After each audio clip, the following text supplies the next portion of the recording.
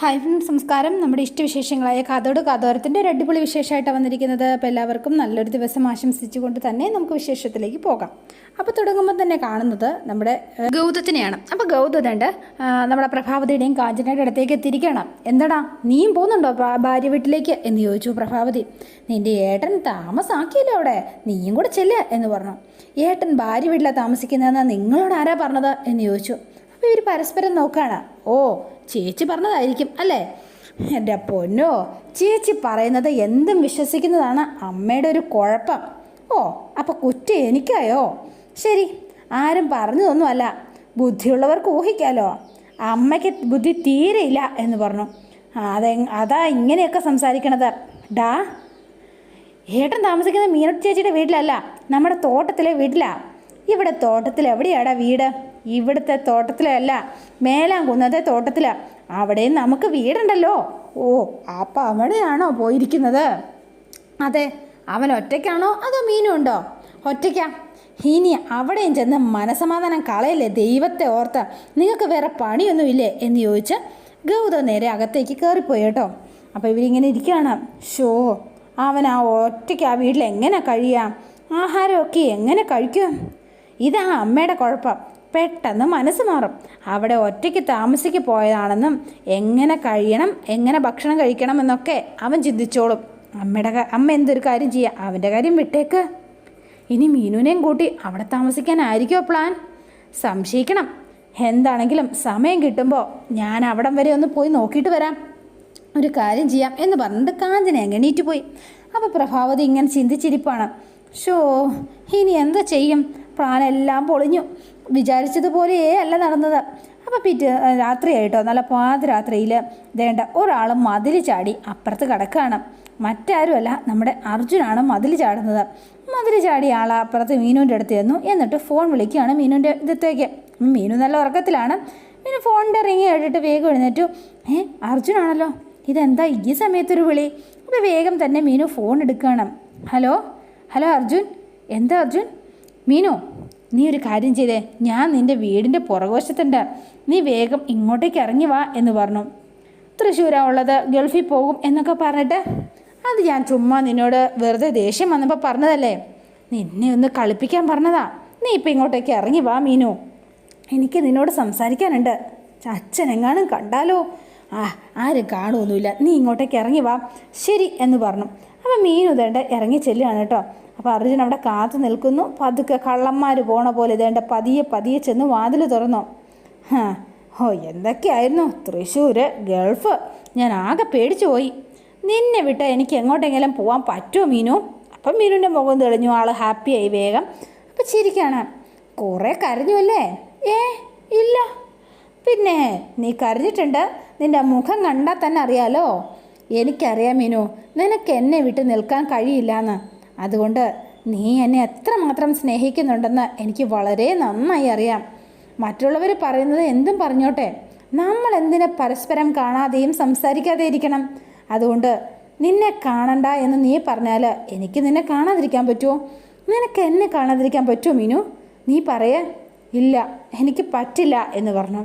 എന്നാലും തൽക്കാലം നമ്മൾ അങ്ങനെ തന്നെ നിൽക്കുന്നത് നല്ലത്. അല്ലെങ്കിൽ നിങ്ങളുടെ അമ്മയും ചേച്ചിയും ഈ കാരണം പറഞ്ഞ് വീണ്ടും ഈ വീട്ടിലേക്ക് കയറി വരരുത്. ഇനിയും സഹിക്കാൻ കഴിയില്ല ഞങ്ങൾക്ക്. എനിക്ക് നിന്നെ കാണാതിരിക്കാൻ പറ്റില്ല. ഞാൻ എന്താണേലും വരും. ഇപ്പോൾ നീ വീട് വിട്ടിറങ്ങി, ആ കുറ്റവും എൻ്റെ തലയിലായിരിക്കുക. നീ എന്തിനാ അങ്ങനെ ചെയ്തത് അർജുൻ? നീ ഒരു കാര്യം ചെയ്യുക എന്ന് പറഞ്ഞു. എന്തു പറഞ്ഞാലും അമ്മയ്ക്ക് നിന്നോട് സ്നേഹവും വാത്സല്യവും ഉണ്ട്, ഒരുപാട് ഇഷ്ടമാണ്. എന്തിനാ വെറുതെ അവരെ സങ്കടപ്പെടുത്തുന്നത്? ഇതാണോ സ്നേഹം? ഇതാണോ വാത്സല്യം? സഹിക്കാവുന്നതിനപ്പുറമാണ് ചേച്ചിയും അമ്മയും കൂടി കാണിച്ചു കൂട്ടുന്നത്. അത് നീ എന്നാ വീട്ടിലേക്ക് വരുന്നോ അന്നേ ഞാൻ ആ വീട്ടിലേക്ക് കയറൂ. അത് ഞാൻ തീരുമാനിച്ചിട്ടുണ്ട്. അപ്പോൾ ഇങ്ങനെ നിൽക്കുവാണ്. അതെ, അത് എന്ത് പറഞ്ഞാലും ശരി. പിന്നെ ആ വീട്ടിൽ താമസിക്കുന്നുണ്ടെങ്കിൽ നമ്മൾ രണ്ടുപേരും ഒരുമിച്ച്, ഇല്ലെങ്കിൽ അവിടെ താമസിക്കില്ല. ഇപ്പം നീ എവിടെയാണ് താമസിക്കുന്നത്? നമ്മുടെ തോട്ടത്തിലെ വീട്ടിൽ. ഭക്ഷണമൊക്കെ ഹോട്ടലിൽ നിന്ന് കഴിക്കാമല്ലോ. 3 നേരം ഹോട്ടൽ ഭക്ഷണമോ? കുറച്ച് നാൾ അങ്ങനെ പോട്ടെ, വേറെ വഴിയില്ലല്ലോ. ശരി, എന്തായാലും നീ അവിടെ കിടന്ന് കഷ്ടപ്പെടണ്ട. ദയവ് ചെയ്ത് വീട്ടിലേക്ക് പോ അർജുൻ. ഇല്ല പോവില്ല, ഞാൻ പോവില്ല എന്ന് പറഞ്ഞു. നീ വേറെ എന്ത് പറഞ്ഞാലും ഞാൻ കേൾക്കും, പക്ഷേ ഇത് പറ്റില്ല മീനു. പോകുന്നുണ്ടെങ്കിൽ നമ്മൾ രണ്ടുപേരും ഒരുമിച്ചേ പോകൂ, അത് ഉറപ്പിച്ചതാ. എനിക്ക് നിന്നെ കാണാതിരിക്കാൻ കഴിയില്ല മീനു. അതുകൊണ്ട് എന്നും രാത്രി ഞാനിവിടെ വരും, നിന്നെ കാത്തിരിക്കും. അപ്പം മീനുവിന് ഭയങ്കര സന്തോഷമായി. രാവിലെ ഒരു 5 മണി വരെ ഞാനിവിടെ കാണൂട്ടോ. എന്നിട്ട് എന്നെ കാണണം എന്ന് നിനക്ക് തോന്നുന്നുണ്ടെങ്കിൽ ഏത് സമയത്തും ഞാൻ നിനക്ക് ഇറങ്ങി വരാം, ഞാൻ ഇറങ്ങി വരാം. പുലരും വരെ നമുക്ക് സംസാരിച്ചിരിക്കാം, എന്താ കാണാം എന്ന് പറഞ്ഞു. അപ്പോൾ മീനുവിനും സന്തോഷമായിട്ടോ. ആൾ ഭയങ്കര ഹാപ്പിയായി, അത്ര നേരം മൂഡ് ഓഫ് ആണെങ്കിലും. അപ്പോൾ ഇങ്ങനെ നിൽക്കുന്ന സമയത്ത് എന്നാൽ ഞാനങ്ങ് പോയിക്കോളാം കേട്ടോ. അപ്പോൾ കുറേ നേരം അവർ രണ്ടുപേരോട് അങ്ങോട്ടും ഇങ്ങോട്ടും സംസാരിച്ചു. എൻ്റെ കൈയൊക്കെ പിടിച്ച് രണ്ടുപേരും കൈയൊക്കെ ചേർത്ത് പിടിച്ച് നിൽക്കുമോ. എന്നാൽ ശരി, എന്നാൽ ഞാൻ പോട്ടെ എന്ന് പറഞ്ഞുകൊണ്ട് വേഗം അർജുൻ പോകാൻ തുടങ്ങുകയാണ്. അപ്പോൾ പോകുന്ന വഴിക്ക് ദേണ്ട ആ പാത്രത്തെ തട്ടി മറിച്ച് താഴെ ഇട്ടു. അയ്യോ, ഇത് ഒച്ച കേട്ടിട്ട് രാജേന്ദ്രൻ ഉണർന്നു. ശ്രദ്ധിച്ച് പൊക്കോ നീ കയറി പൊക്കോ എന്ന് പറഞ്ഞു. മീനു വേഗം അകത്തേക്കും കയറി. അർജുൻ മതിലിയാടി പുറത്തേക്കും പോയി. ഈ സമയത്ത് മീനു ആടി റൂമിൽ കയറി കേട്ടോ. അപ്പം നോക്കുകയാണ് രാജേന്ദ്രൻ. അപ്പം രാജേന്ദ്രൻ എന്താ ഒരു ശബ്ദം കേട്ടത്? അപ്പോൾ രാജേന്ദ്രൻ ഇങ്ങനെ വന്ന് നോക്കുമ്പോഴത്തേനും നമ്മുടെ ഊഞ്ഞാല് കെട്ടിൽ കിടന്ന് ആടുവാണ്. ഇതെന്താ ആടുന്നത്?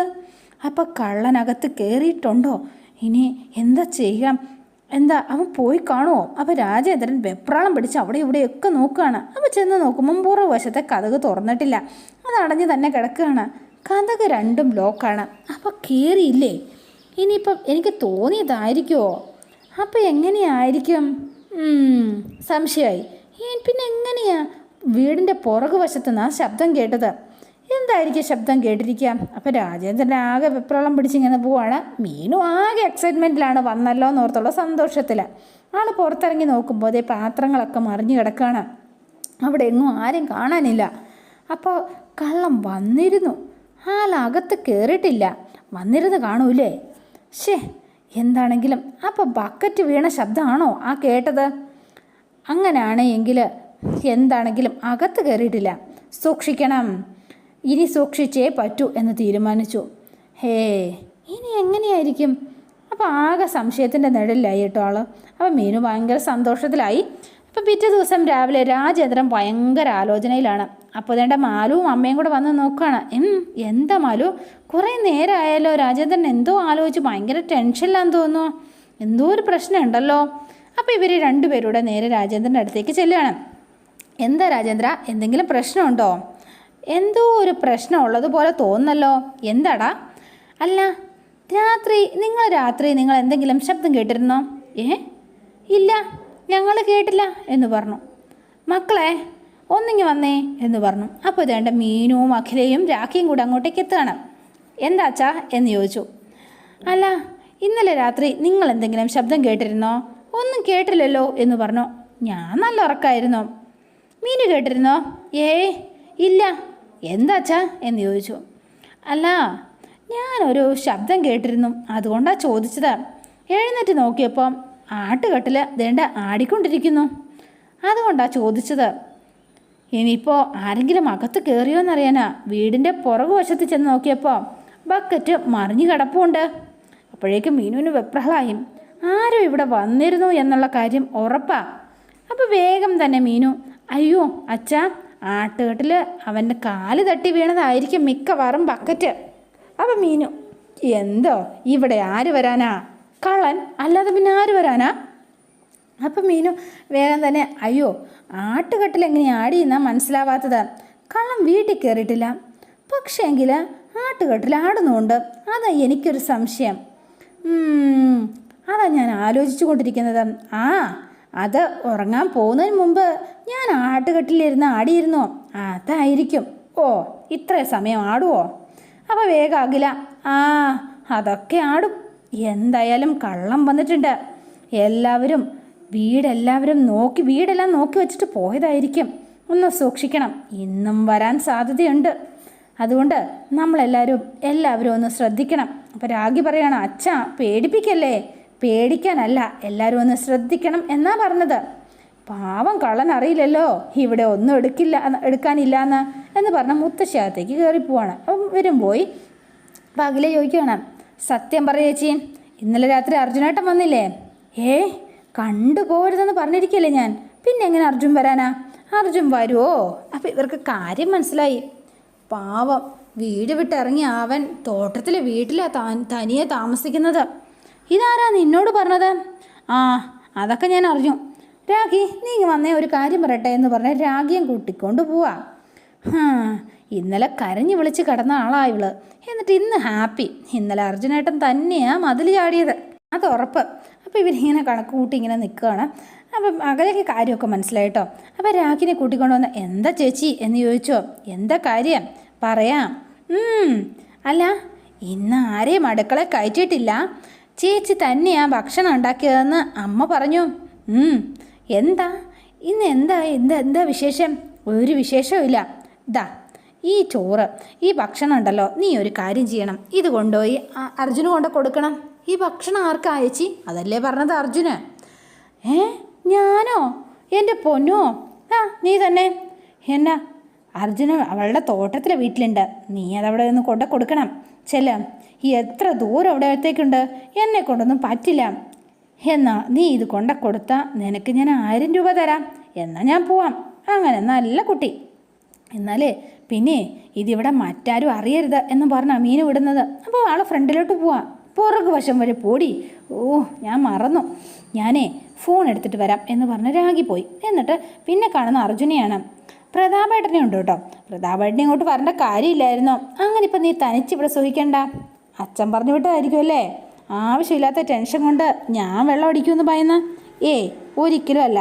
ഞാൻ എൻ്റെ സ്വന്തം ഇഷ്ടത്തിന് വന്നതാടാ. നിൻ്റെ കൂടെ ജോലി ചെയ്യുന്നത് ഒരു രസമല്ലേടാ. നാളെ തെങ്ങും തോട്ടത്തിൽ ഒരു 10 പേരെ വിളിക്കാമല്ലേ?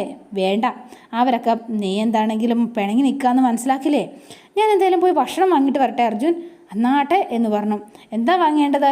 എന്താണേലും കുഴപ്പമില്ല, പക്ഷേ ഫിഷ് ഫ്രൈ അത് വേണം കേട്ടോ എന്ന് പറഞ്ഞു. എന്നാൽ ശരി, 10 മിനിറ്റ് ഇതോടെ തീർത്തിട്ട് പോകാം. ഈ സമയത്താണ് രാഗി ഫുഡുമായിട്ട് വരുന്നത്. നമ്മുടെ അർജുനേട്ടാ എന്ന് വിളിച്ചു. ഇതാര്? രാഗി മോളോ? Hi uncle. എന്താ രണ്ടും ഇങ്ങോട്ട് വന്നത് എന്ന് ചോദിച്ചു. ഹായ്. അല്ല, നീ എന്താ ഇവിടെ? നിങ്ങൾക്കുള്ള ഫുഡുമായിട്ട് വന്നതാ. അത് കൊള്ളാലോ. രണ്ടുപേരും വേഗം വീട്ടിലേക്ക് വാ. എപ്പോൾ വന്നു എന്ന് ചോദിച്ചാൽ മതി. ഒടുക്കത്തെ വിശപ്പ്. ഇവർ രണ്ടുപേരും കൈയൊക്കെ കഴുകി നേരെ വീട്ടിലേക്ക് പോവാണ്. അപ്പോൾ ഫുഡൊക്കെ വിളമ്പി രാഹി ഇങ്ങനെ എല്ലാവർക്കും കൊടുക്കുകയാണ് കേട്ടോ. ഈ കറിയുടെ മണം കേട്ടാൽ മതിയല്ലോ ഭക്ഷണം കഴിക്കാനായിട്ട്. എന്നാൽ ഒരു കാര്യം ചെയ്യാം, പ്രതാപേട്ടൻ മണം കൂട്ടി കഴിക്കുക, ഞാനാണെങ്കിൽ കറി കൂട്ടി കഴിച്ചോളാം. ഇതൊക്കെ ആരുണ്ടാക്കിയതാ? രാഖിയാണോ? ഇതൊക്കെ മീൻ ചേച്ചി ഉണ്ടാക്കിയതാ എന്ന് പറഞ്ഞു. ഒക്കെ അർജുനേട്ടനായിട്ട് സ്പെഷ്യലായിട്ട് ഉണ്ടാക്കിയതാ. ഇത് ചേച്ചി പറഞ്ഞിട്ടാ ഞാൻ ഇങ്ങോട്ടേക്ക് ഭക്ഷണമായിട്ട് വന്നത് തന്നെ. ഭക്ഷണം ഉണ്ടാക്കിയത് മീനു, വിളമ്പുന്നത് രാഖി. അവൾ തന്നെ വിളമ്പി തരണമെന്ന് നിനക്ക് ആഗ്രഹമില്ലേ അർജുൻ? ഉണ്ട് എന്ന് പറഞ്ഞു. അതെ, എനിക്കിപ്പോൾ ഭക്ഷണം വേണ്ടേ? മീനു വന്ന് വിളമ്പി തിന്നാലേ ഞാൻ കഴിക്കൂ. ഈ ഭക്ഷണം ഉണ്ടാക്കിയത് ആളെ തന്നെ വിളമ്പി തരട്ടെ. നീ അവളെ വിളിച്ചൊന്ന് വരാൻ പറയുക. എൻ്റെ പൊന്നർജുനേട്ടാ, അത് നടന്നത് തന്നെ. അറിയാലോ, ചേച്ചി ഇവിടേക്ക് വരുന്നത് ഞങ്ങളുടെ അച്ഛനോ നിങ്ങളുടെ അമ്മയോ ചേച്ചിയോ അറിഞ്ഞാൽ അത് വലിയ പ്രശ്നമാണ്. അതുകൊണ്ട് ആവശ്യമില്ലാത്ത കാര്യത്തിൽ വാശി പിടിക്കണ്ട എന്ന് പറഞ്ഞു. അപ്പോൾ അർജുൻ ഇത് കൊതി കുത്തി ഇങ്ങനെ ഇരിക്കുകയാണ്. അപ്പോൾ അതോടെയാണ് ഇന്നത്തെ വിശേഷം അവസാനിക്കുന്നത്. ഇനി നാളത്തെ വിശേഷം ഇതിലും ഗംഭീരമാണ്. അപ്പോൾ എല്ലാവരും വെയിറ്റ് ചെയ്യുക. നിങ്ങൾക്ക് ഇഷ്ടപ്പെട്ടുവെങ്കിൽ ലൈക്ക് ചെയ്യുക, ഷെയർ ചെയ്യുക, തൊട്ടടുത്ത ആ ബെൽ ബട്ടൺ കൂടെ ഒന്ന് ഞെക്കുകയാണെങ്കിൽ ഞാനിടുമ്പോൾ തന്നെ നോട്ടിഫിക്കേഷൻ ലഭിക്കുന്നതായിരിക്കും. പുതുപുത്തൻ വിശേഷമായിട്ട് എത്താം. Bye and see you again.